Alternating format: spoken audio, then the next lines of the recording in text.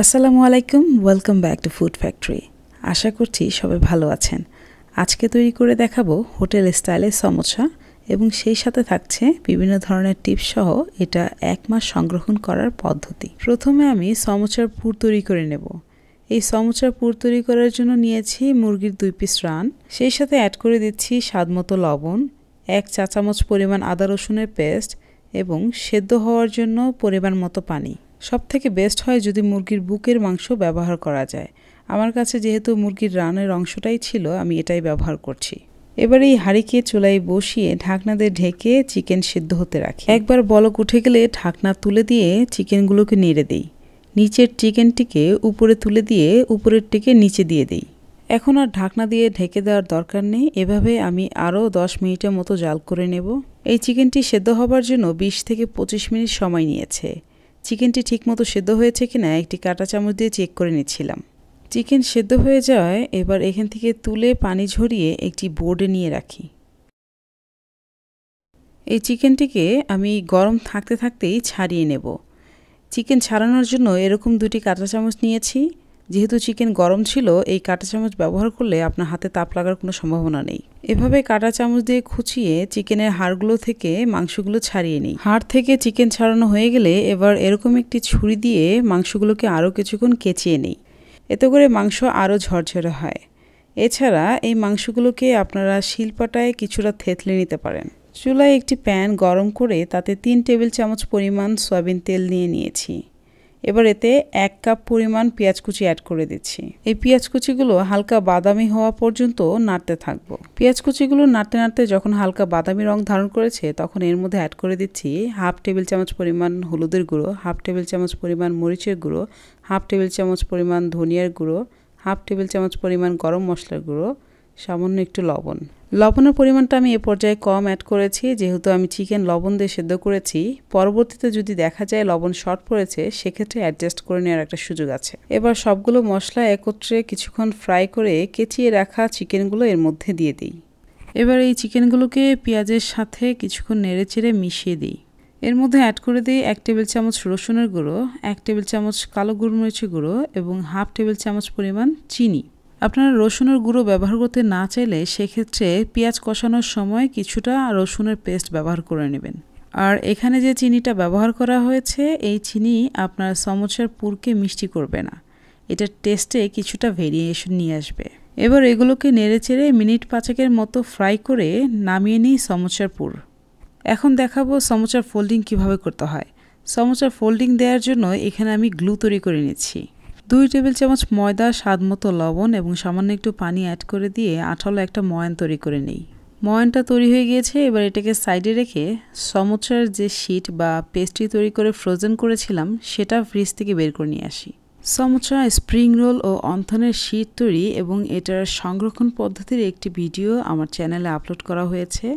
এটার লিঙ্ক আমি ডেসক্রিপশন বক্সে দিয়ে রাখছি। শিটগুলো থেকে একটি শিট আমি নিয়ে নিই। এটার লেংথ হচ্ছে 9 ইঞ্চ অ্যান্ড এটার ওয়াইড হচ্ছে 3 ইঞ্চ।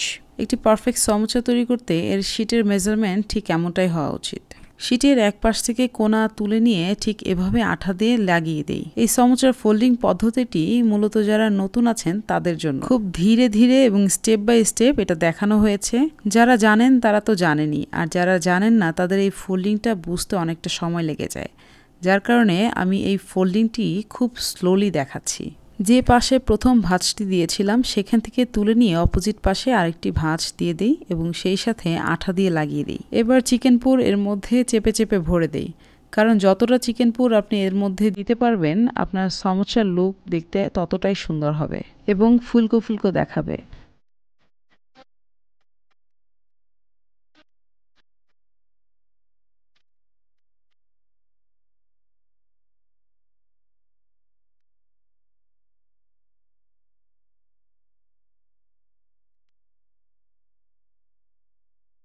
চিকেনের পুর ভরা হয়ে গেলে এবার এটিকে বোর্ডের উপরে ঠিক এভাবে রেখে লম্বা যে অংশটি আছে সেখানে আঠা লাগিয়ে দিই।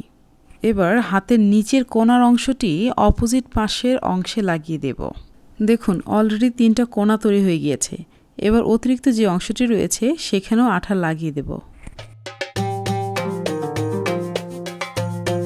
আঠা লাগানো হয়ে গেলে সমোসাকে আরও একটি ভাঁজ দিয়ে দিব এবং যে অতিরিক্ত অংশটি দেখতে পাচ্ছেন সেটিকে হাত দিয়ে আলতো করে চেপে এভাবে লাগিয়ে দেব। ব্যাস হয়ে গেল খুব সুন্দর একটি সমোসার ভাঁজ। এই পদ্ধতি অনুসরণ করে আপনি বাকি সমোসাগুলো বানিয়ে নিতে পারবেন। আপনারা যদি এই সমোসাকে 15 থেকে 20 দিনের জন্য সংরক্ষণ করতে চান সেক্ষেত্রে একটি জিপলক ব্যাগে বা এয়ারটাইট বক্সে ঠিক এই অবস্থাতেই ফ্রিজে রেখে সংরক্ষণ করতে পারবেন। তবে আপনারা যদি 1 থেকে 2 মাসের জন্য সংরক্ষণ করতে চান তাহলে এই পরবর্তী স্টেপটি আপনাদের জন্য।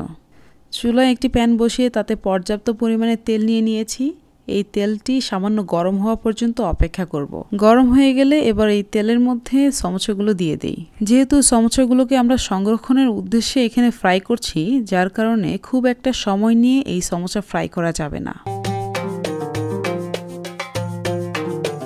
সমোসার শীটের কাঁচা ভাব দূর করার জন্য যতটা সময় ফ্রাই করার দরকার পড়ে ঠিক ততটা সময় এটাকে ফ্রাই করব। এই গরম তেলে সমোসাগুলোকে আমি ঠিক 3 থেকে 4 মিনিটের জন্য ফ্রাই করেছি। সমোসা দেওয়ার সাথে সাথে চুলার আঁচ আমি কমিয়ে দিয়ে মিডিয়াম থেকে লো করে দিয়েছি। এই সমোসাকে কোনোভাবেই হাই ফ্লেমে ফ্রাই করা যাবে না, এতে সমোসার কাভার দ্রুত ফ্রাই হয়ে পুড়ে যেতে পারে।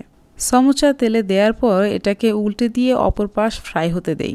1.5 মিনিট করে দুই পাশে মোট 3 মিনিট ফ্রাই করে সমোসাগুলোকে তুলে নিচ্ছি। যথাসম্ভব তেল ঝরিয়ে সমোসাগুলোকে তুলে নিতে হবে।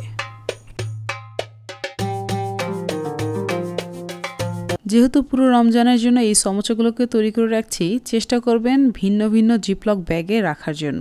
অর্থাৎ প্রতিদিন যে কয়টা সমোসা আপনার প্রয়োজন হয় সেই কয়টা সমোসা জিপলক ব্যাগে রেখে ফ্রোজেন করতে পারেন। এতে করে সমোসাগুলো বেশি ভালো থাকবে। যাওয়ার আগে আবারও বলে যাচ্ছি, এই সমোসা তৈরির শীট বা পেস্ট্রির একটি ভিডিও আমার চ্যানেলে আপলোড করা হয়েছে, তার লিঙ্ক এটার ডেসক্রিপশন বক্সে দিয়ে রাখবো, আপনারা কাইন্ডলি দেখে নেবেন। ভিডিওটি কেমন লাগলো অবশ্যই কমেন্ট করে আপনার মূল্যবান মতামতটি আমাকে জানাতে ভুলবেন না। সবাইকে অনেক অনেক ধন্যবাদ।